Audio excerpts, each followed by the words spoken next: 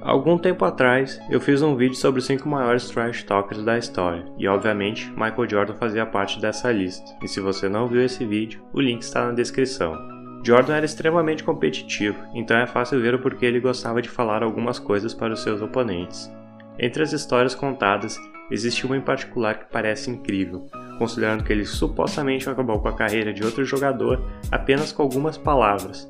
Mas será que isso é mesmo verdade? Será que ele era tão incrível a ponto de destruir a confiança de seu oponente e garantir que ele nunca mais fosse o mesmo jogador?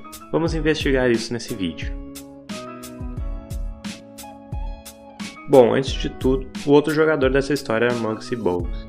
Para quem não sabe, ele foi o menor jogador da história da NBA, com apenas 1,60 de altura, o que é incrível de se pensar, considerando que jogadores com 1,90 são vistos como baixos para a NBA.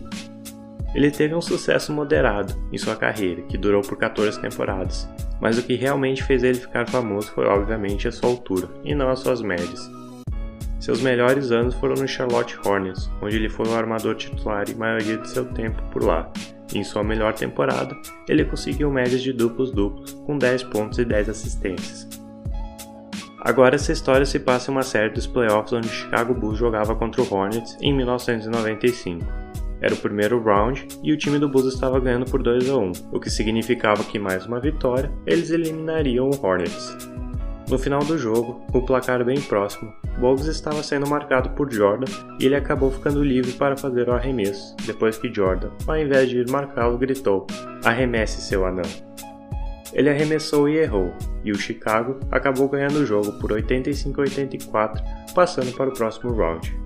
Supostamente Johnny Bash, que era treinador do Hornets naquele tempo, falou que um ano depois, Muggsy falou para ele que ele achava que esse lance havia acabado com a sua carreira e que seu arremesso nunca mais foi o mesmo.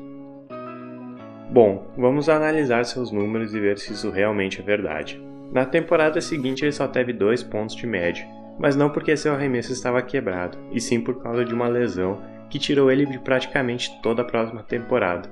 Então já vemos o primeiro problema dessa história. Outro fator importante é a sua idade. Ele sofreu essa lesão aos 31 anos e isso dificultou a sua recuperação.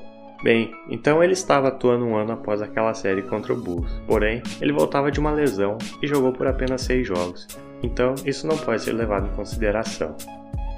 Em 1995, ele acabou a temporada com médias de 11 pontos, porém, depois de seu retorno um ano depois, ele ficou com médias de 5 pontos apenas, menos da metade.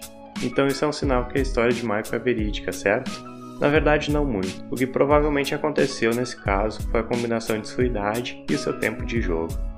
Veja bem, quando ele voltou em 1996, seu tempo de jogo caiu consideravelmente e ele não chegou nem a jogar 30 minutos.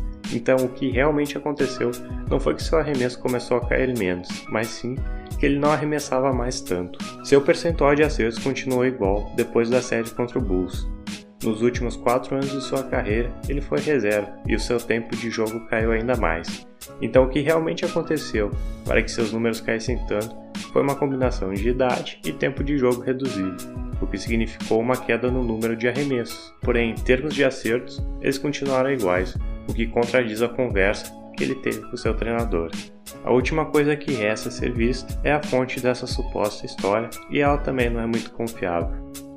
Essas histórias foram enviadas depois da morte de Johnny Bash para um site. Esse e-mail foi enviado por uma pessoa que recebeu um resumo de uma janta em que Johnny participava, sendo que esse resumo foi inicialmente adquirido por outra pessoa que estava na janta, e quem enviou ele não conhecia nem a pessoa que enviou inicialmente e quem supostamente estava nessa janta. Então o site decidiu pesquisar ainda mais, e eles descobriram que eles haviam recebido o mesmo e-mail um ano antes, e quem enviou havia recebido essa história de um amigo de outro amigo. Eles também acharam um post no Reddit, então obviamente que as histórias contadas por Johnny Bash já circularam por aí, porém ninguém nunca conseguiu confirmar elas ou achar alguém que poderia. Como a pessoa que supostamente contou ela morreu, nunca teremos a real confirmação dela, somente se algum ex-jogador ou pessoa que era próxima de Bash a confirmarem, mas isso provavelmente nunca irá acontecer. Bogues está aí também, e também nunca confirmou ela, o que significa que isso provavelmente é só mais um dos vários mitos que envolvem o nome de Michael Jordan. E a realidade é que nós gostaríamos de acreditar nela por causa do nome Jordan. Porém, Olhando os números de Muggsy, é fácil ver o porquê que seus números caíram. Então essa história é só mais uma das muitas que nunca vão ser comprovadas envolvendo Jordan, porque provavelmente não é verdade. Obrigado e até a próxima.